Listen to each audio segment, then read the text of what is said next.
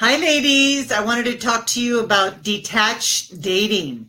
I know that detachment is the hardest thing to learn, not only in dating, but in life, because it requires you to release your attachment to the end result. And that's really hard to do, especially when you really like someone. You meet somebody, you really like them, even if it's just in a text or pictures or a video or their profile, somehow a little attachment gets formed, especially if you like them.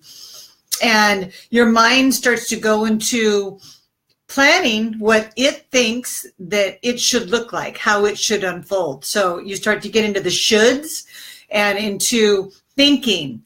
And that's when you run into problems, because when you attach to thinking how it should be, then what happens is you can become very discouraged and disappointed, because you have a lot of resistance around accepting what actually is, which is the truth. But our mind starts to rationalize, starts to tell us these little lies, and they justify our behavior to continue to pursue or talk to or think about. It's more about thinking about somebody or a situation that is not relevant to this moment. And so what happens is, if you're thinking about a situation or a person for longer than, if it was yesterday and you're still thinking about it, that means that there's something about that situation that has triggered some part of you. And you really need to recognize that. You're triggered if you're still continuing to allow your mind to obsess on a particular man, a circumstance, a conversation, anything. And so, I recently had a situation where I haven't resolved something for the last 2 weeks because I've been thinking about it. And I've rationalized that as long as I'm thinking about it, I'm coming up with a better and better solution. But the truth is, my mind's just helping me to avoid confronting, which I think is a really healthy word, confronting, just addressing the situation. There's a part of the situation that I am not willing to address. So it's not me, but my ego mind is not willing to address, because it's anchored to some of my core issues. Okay. And so I know what those are. And so you have to look at what is behind this. What is the thing behind the thing that's keeping me, the resistance that's keeping me from seeing this as the truth, because the truth really does set you free. And so you have to take full responsibility for everything in your life at every moment. And as you do that, your life will move much more effortlessly. It'll be much more fluid, much more graceful, and there'll be less pain. Pain is only caused by your resistance to letting go, to accepting. So you have to surrender to what is, and look at the facts. The facts are usually tell a story. Stick to the facts, and don't let your mind create all of these sub-stories, right? The storylines, and make decisions faster. The faster you make decisions, the faster you move forward. And boy, I'm going to take my own advice. As soon as I'm done with this little training, I'm going to make a decision and move on from that topic that I have been looking at for the last 2 weeks.